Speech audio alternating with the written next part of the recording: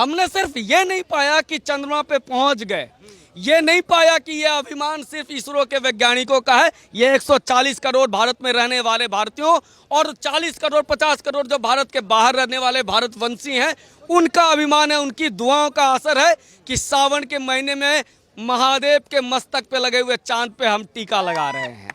ये दौर होता है।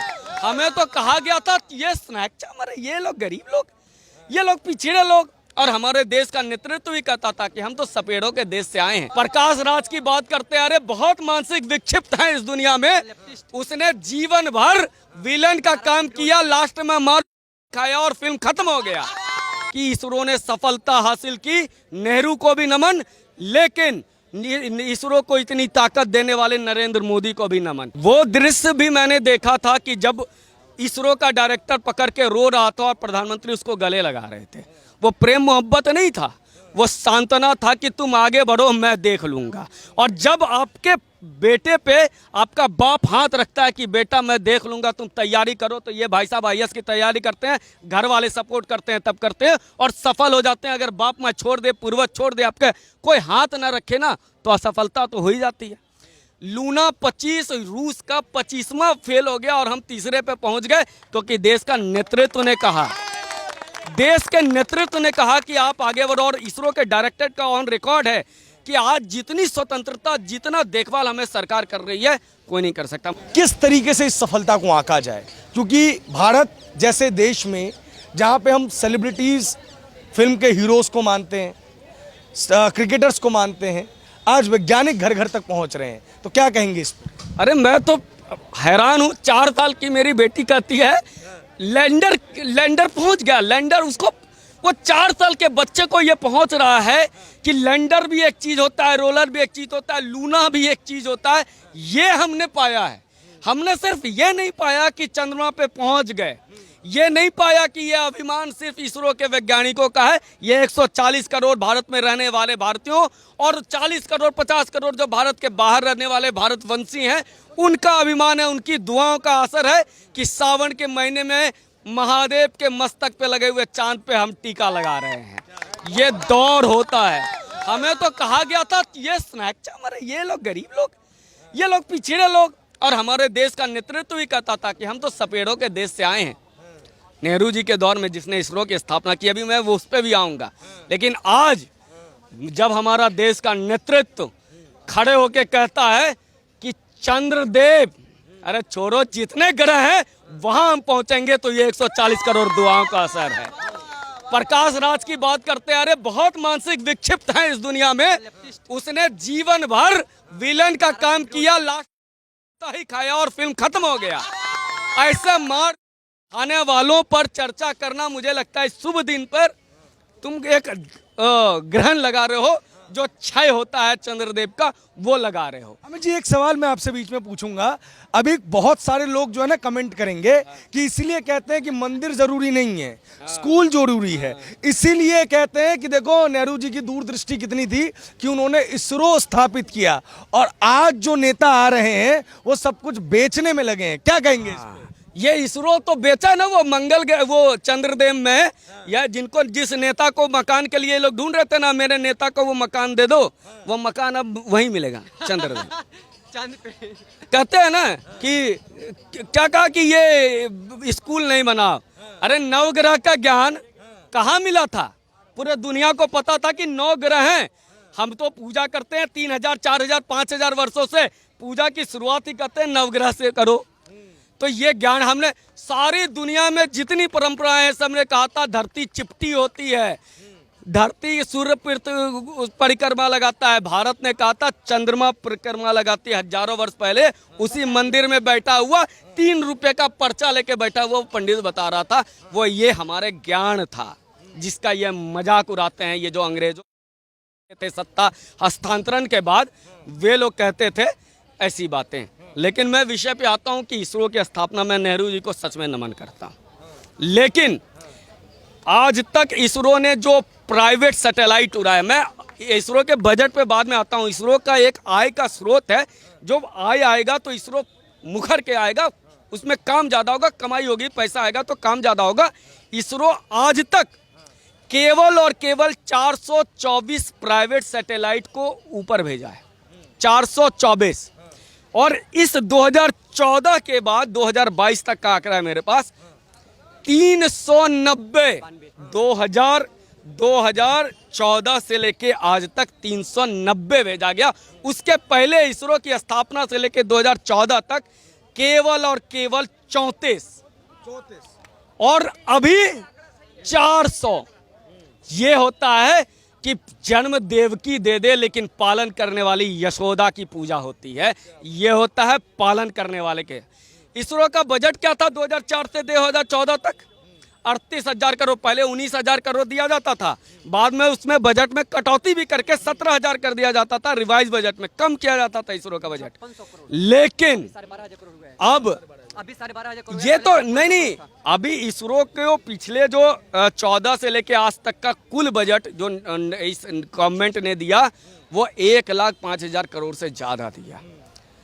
कहाँ 10 साल में 38,000 करोड़, कहाँ 8 वर्षों में 1,00,000 करोड़। तो इसरो को बना करके सिंबल रखा गया था और इसरो को काम पर लगाया कौन, ये भी देखना होगा। और क्यों ये करते थे? आपने चंद्रयान 2 का जिक्र किया तो इसी बीच में एक सवाल और पूछूंगा आपसे। आपको याद होगा कि जब चंद्रयान 2 फेल हुआ था तो प्रधानमंत्री चूंकि वहां पहुंचे थे लाइव इवेंट को देखने के लिए, तो उन्हें पनौती कहा गया था। आज क्या जवाब मिला लोगों को? क्योंकि प्रधानमंत्री आज भले ही अफ्रीका में है लेकिन वहां से via live streaming video conferencing के थ्रू कनेक्ट हुए थे। वो दृश्य भी मैंने देखा था कि जब इसरो का डायरेक्टर पकड़ के रो रहा था और प्रधानमंत्री उसको गले लगा रहे थे। वो प्रेम मोहब्बत नहीं था, वो सांत्वना था कि तुम आगे बढ़ो मैं देख लूंगा। और जब आपके बेटे पे आपका बाप हाथ रखता है कि बेटा मैं देख लूंगा तुम तैयारी करो, तो ये भाई साहब IAS की तैयारी करते हैं, घर वाले सपोर्ट करते हैं, तब करते हैं और सफल हो जाते हैं। अगर बाप माँ छोड़ दे, पूर्वज छोड़ दे, आपके कोई हाथ ना रखे ना, तो असफलता तो हो ही जाती है। लूना 25 रूस का 25वां फेल हो गया और हम तीसरे पे पहुंच गए क्योंकि देश का नेतृत्व ने कहा, देश के नेतृत्व ने कहा कि आप आगे बढ़ो। और इसरो के डायरेक्टर का ऑन रिकॉर्ड है कि आज जितनी स्वतंत्रता, जितना देखभाल हमें सरकार कर रही है कोई नहीं कर सकता। मुझे दुर्भाग्य लगा दिग्विजय सिंह ने एक बड़ा घटिया सा कमेंट किया। मैं उनका बहुत कायल हूं, उनके बुद्धि का, लेकिन आज उन्होंने कहा कि सैलरी नहीं मिल रही इसरो के लोगों को। इसरो के डायरेक्टर ने पिछले 7-8 दिन में ये खबर फैलाई गई थी, वहां से खंडन आया कि सबको सैलरी बराबर मिल रही है। उसके जो कॉन्ट्रैक्ट होते हैं, बहुत सारी एजेंसियां लगे रहती है, उसको आउटसोर्स के उसके एम्प्लॉयज को वो कंपनी सैलरी नहीं दे रही है। इसको ये लोग बहुत झूठ फैलाया गया। एक और चीज का जिक्र करते हैं, क्या इसको पॉलिटिसाइज करने के लिए कि क्रेडिट ना मिल जाए किसी को, इसलिए इस तरीके की खबरें प्लांट की गई ताकि 24 के नैरेटिव पर फर्क पड़े? अरे भैया, जिस व्यक्ति को सत्ता में, आज तक कांग्रेस इतने वर्षों तक सत्ता से बाहर कभी रही नहीं थी, 10 वर्षों तक कभी सत्ता से बाहर कांग्रेस रही नहीं थी, जिसने सोचा था कि मेरा तो जन्म ही हुआ है सत्ता के लिए, जिसके परिवार के बच्चे बाद में जन्म लेते हैं, पहले कांग्रेस अध्यक्ष बन जाते हैं। अरे अभी कौन है? राहुल जी अध्यक्ष, प्रियंका गांधी होने वाले अध्यक्ष, उनके जो बच्चे होने वाले अध्यक्ष, वो अध्यक्ष की बहन, अध्यक्ष की बेटी, अध्यक्ष की पोती, अध्यक्ष के पड़नतनी। तो जब ये भावना हो जाए कि हम सत्ता में रहेंगे तो उसके लिए सिर्फ सत्ता नजर आता है, लेकिन वहीं पर 140 करोड़ आज इस सबको भूल चुका है। वो देख रहा है कि इसरो ने सफलता हासिल की, नेहरू को भी नमन, लेकिन इसरो को इतनी ताकत देने वाले नरेंद्र मोदी को भी नमन। हम उस दौर के हैं, हम ये नहीं कर सकते क्रेडिट छीन लेंगे। हम तो ये कहते हैं कि भारत की सेना ने सर्जिकल स्ट्राइक किया, DGMO ने किया, सबूत कौन मांग रहा था? क्या नरेंद्र मोदी? लेकिन ओसामा बिन लादेन को जब मारा गया तो अमेरिका के राष्ट्रपति ने आके कहा कि हमने मारा था। यहाँ तो भारत की सेना ने कहा था भैया, DGMO आकर के, डायरेक्टर जनरल मिलिट्री ऑपरेशन ने आके कहा था हम सर्जिकल स्ट्राइक किए, ये सबूत मांग रहे थे। तो जिस व्यक्ति को, जिस विचारधारा के लोगों को लगता है कि या तो सत्ता में हम भोगेंगे, देश की जो कुछ होगा उसके लिए करता धरता हम ही हैं, उनके मन में आए तो आए। आज 140 करोड़। और मजे की बात सुनिए, लोग कहते हैं कि कुछ भी होता है, लोग कहते हैं मोदी आएगा तो मोदी, जिससे भी मोदी से पूछो, मोदी समर्थक थे, वो एक बात कह के विवाद को खत्म कर देता है कि आएगा तो मोदी। अरे क्यों ना कहे भाई। अशोक गहलोत कहते हैं मोदी जी हमारे यहाँ मर्डर बहुत ज्यादा हो रहा है, जहाँ शांति की अपील कर दो, मोदी जी करेंगे। केजरीवाल कहता है वैक्सीन दे दो मोदी जी, वैक्सीन मोदी जी देंगे। मणिपुर में शांति मोदी ले, वहाँ झारखंड में हवाई अड्डा बनना चाहिए, मोदी जी दे दो। जब सब मोदी जी ही करेंगे तो आएंगे भी मोदी ही, सीधी सी बात है, इसमें क्या सोचना है। इनसे पूछोगे ना, एम्स तो नेहरू जी ने दिया, बोला एक एम्स था, वो एक एम्स क्यों था आप सब लोग सुन के जाइए क्यों एक था। एक राजा था, उसके जन्मदिन पर उसने घोषणा किया कि जेल में जितने कैदी हैं सबको रिहा कर दिया। सब लोग मस्ती सुनिएगा, एक राजा था, उसने घोषणा किया कि मेरे जन्मदिन पे जितने कैदी जेल में हैं सबको रिहा कर दो। तो भाई सारे कैदी रिहा होने लगे। आखिर में एक बूढ़ा हिलते डुलते आ रहा था, बोला अरे आप कब से जेल में बंद हैं? बोला दादा के जमाने से, आपके दादा के जमाने से। बोला अरे ये तो दादा की निशानी है, इसको दोबारा जेल में डालो। तो ये तो दादा को की निशानी को एक एम्स नेहरू जी ने बनाया है, उन्हीं का नाम होना चाहिए, दूसरा एम्स हिंदुस्तान को नहीं मिले। एक I-10 बनाया, दूसरा ना बने। इसरो को बना के रखो कि उससे ज्यादा काम न करो, क्योंकि नेहरू जी की वो खत्म ना हो जाए। ये इस सोच से बाहर आ रहा है भारत, और 140 करोड़ जनता आज एक टकटकी लगा के देख रही है। तो ये एक इसरो के डायरेक्टर, इसरो में के ऑफिस में चाय पिलाने वाले की भी उतनी ही आज इसमें श्रम है जितना हम अपने आज सुबह में मंदिर गए थे और मंदिर में दुआ कर रहे थे कि मेरा चंद्र पहुंचा। ये होता है ताकत। हम लोग तो अरे चंद्रमा हमें कहाँ कब धोखा देंगे। चंद्रयान 2 असफल नहीं हुआ विज्ञान में, और खासकर एस्ट्रोलॉजी में कभी भी असफलता नहीं होती है। वो रास्ता पहुंच के बताता है कि बेटा यहाँ पे संभल जाना।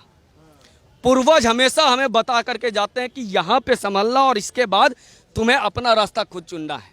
इसलिए तो कहा जाता है ना कि वानप्रस्थ आश्रम हो जाते हैं। तो वहां तक वो चंद्रयान 2 ने हमें बता दिया था कि इसके बाद तुम्हें ढूंढ चलना है, और वैज्ञानिकों ने यहाँ पर जो विज्ञान के लोग हैं उन्होंने कहा कि ठीक है अब हम समझ जाएंगे, और चंद्रयान 3